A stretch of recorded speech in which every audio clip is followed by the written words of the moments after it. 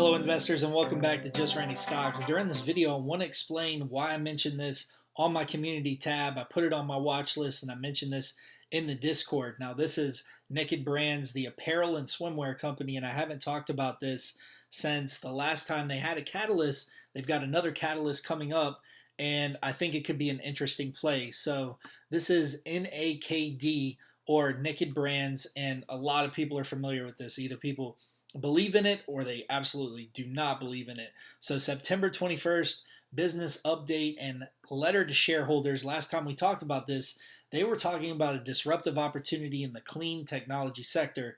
Let me know in the comments below if you remember this, that we were talking about this and we were speculating as to what this was going to be. And we were thinking something, that uses less water when you're making the clothing, or maybe they're putting crabs or something, like sustainable into the clothing, and then they announce an EV play and everybody was like, what the heck, this has got to be a joke. So some people believed it immediately, latched onto it. This was a company that had a lot of trouble with their business, and at the very beginning screen it says leaders in intimate apparel and swimwear. Well, the company was failing. They were having trouble keeping NASDAQ compliance, and the share price just kept getting lower and lower to where they had to do an extension. And then eventually, when they found this deal, they decided to do a 1-for-15 split. So they're taking each share that shareholders had on the last day. I believe it was approximately 48 cents. They combined all of those, so times 15, it came up with a dollar amount.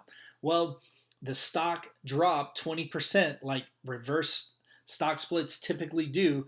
And let me pull up that article. For those of you that aren't familiar with reverse stock splits, there was a study done, and I found this on nerdwallet.com, a 2008 study that looked at reverse stock splits from 1962 to 2001, and basically it says that there is a significant downward price drift, significantly due to lower earnings and operating cash flows. So they're typically, what people do is, when this is announced, people get out of their position and they allow it to happen, then they re-enter their position. I'm going to show you the charts. I'm going to make this very visual for you, but typically there's outliers to this, but typically, generally, I would say the majority of reverse stock splits, if you wait until after they happen, you can sometimes find an opportunity and get a rebound, and it can be profitable. So down here, it does talk about how Citigroup was an example of the outlier. In 2011, the company underwent a 1-for-10 reverse stock split and also reinstated its dividend. So that is a special characteristics of this example that I'm talking about, and brought up its shares to around $4, technically considered a penny stock. I would say that NAKD Brands right now is still a penny stock, and then brought that to over $40, and it's been sitting in the $70, $80 range. So what is the first thing that you would do when you're trying to do your due diligence? You're going to go straight to the company that they're doing this business combination from, right? And you're going to dig around to see what you can find. So the biggest thing is, they say that they're going to create this Jacksonville, Florida location. Okay, is that real? And can you find information?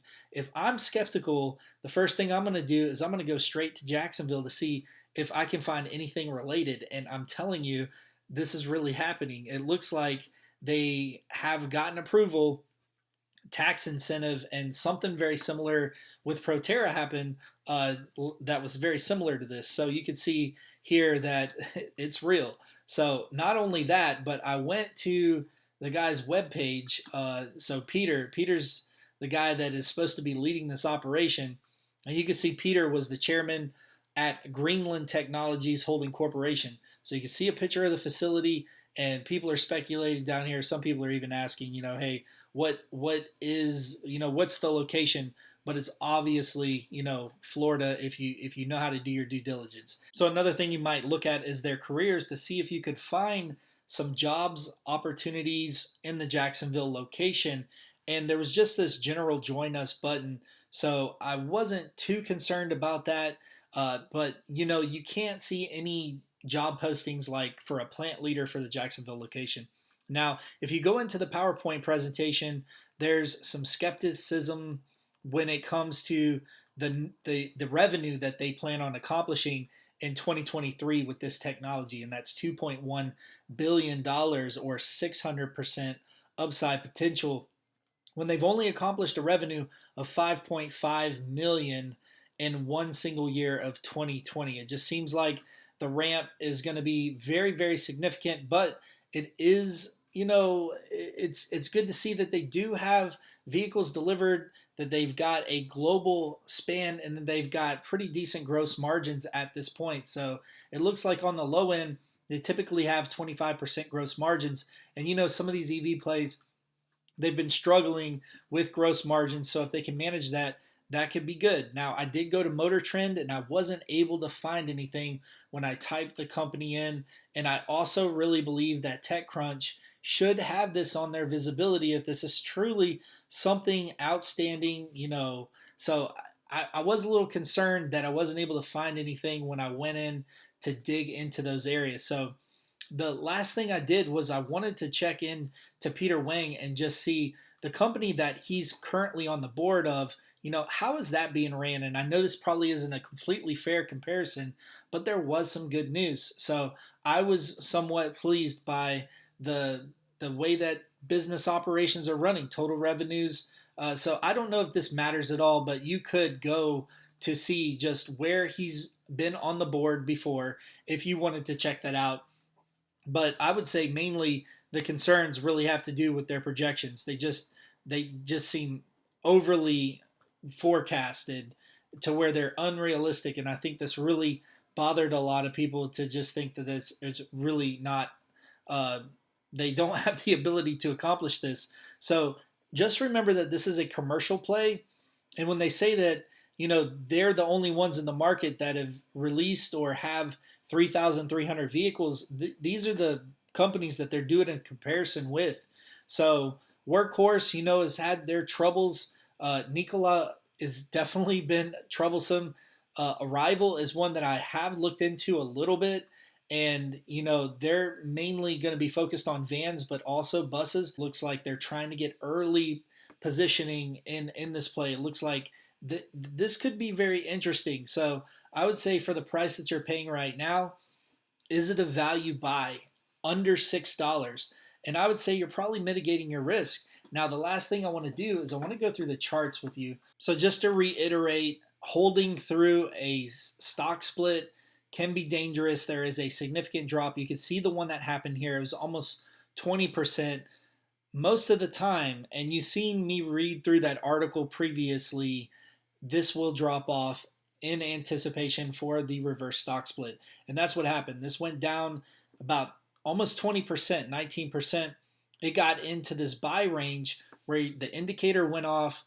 I think there were some people that bought this either pre-market. This was available to trade actually pre-market. It went up and then immediately started selling off and then came back and found support at that same level pre-market at, I believe, $5.85. So you can see when it's under this RSI level, that can either mean two things, one of two things.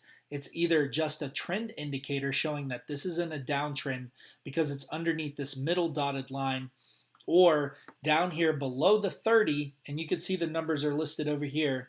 This actually got them in between the lines, but this would be the 30. If it's below the 30, typically that is in a buy range. Now you can find RSI indicators. You can filter for these on FinViz if you just want to look up low RSIs or high RSIs, because you might want to trade things that are showing low RSI values. So the way that you find this, if you want to download this, you go into indicators and strategies, download the RSI function.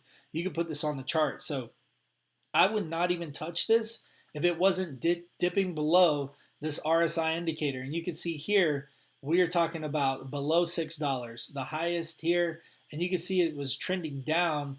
And even though it's showing that it's a buy here, and yeah, it does show some support, and this is in the 5-minute chart, you can change this to the 30-minute chart if you want, and you can see that it is not showing, it is sitting flush, but looks like it's starting to, at close, dip into that range. Now you can see in the 30-minute chart, it was down here hard, and the last time it hit this indicator buy range, it did trend up somewhat.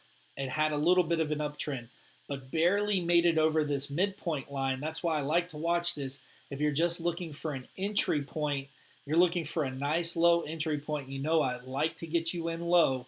If you're looking to make a position in this play, you want to wait for this to get below that RSI indicator. Those are just my thoughts.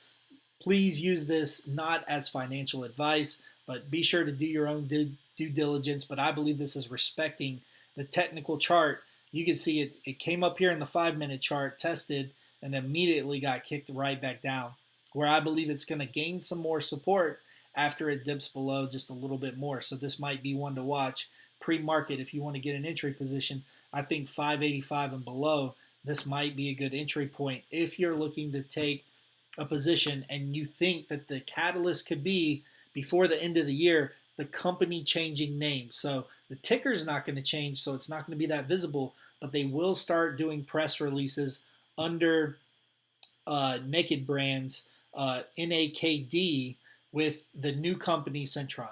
That's all I got. If you enjoyed this, please give it a thumbs up. Feel free to subscribe to the channel. I'll see you in the next video.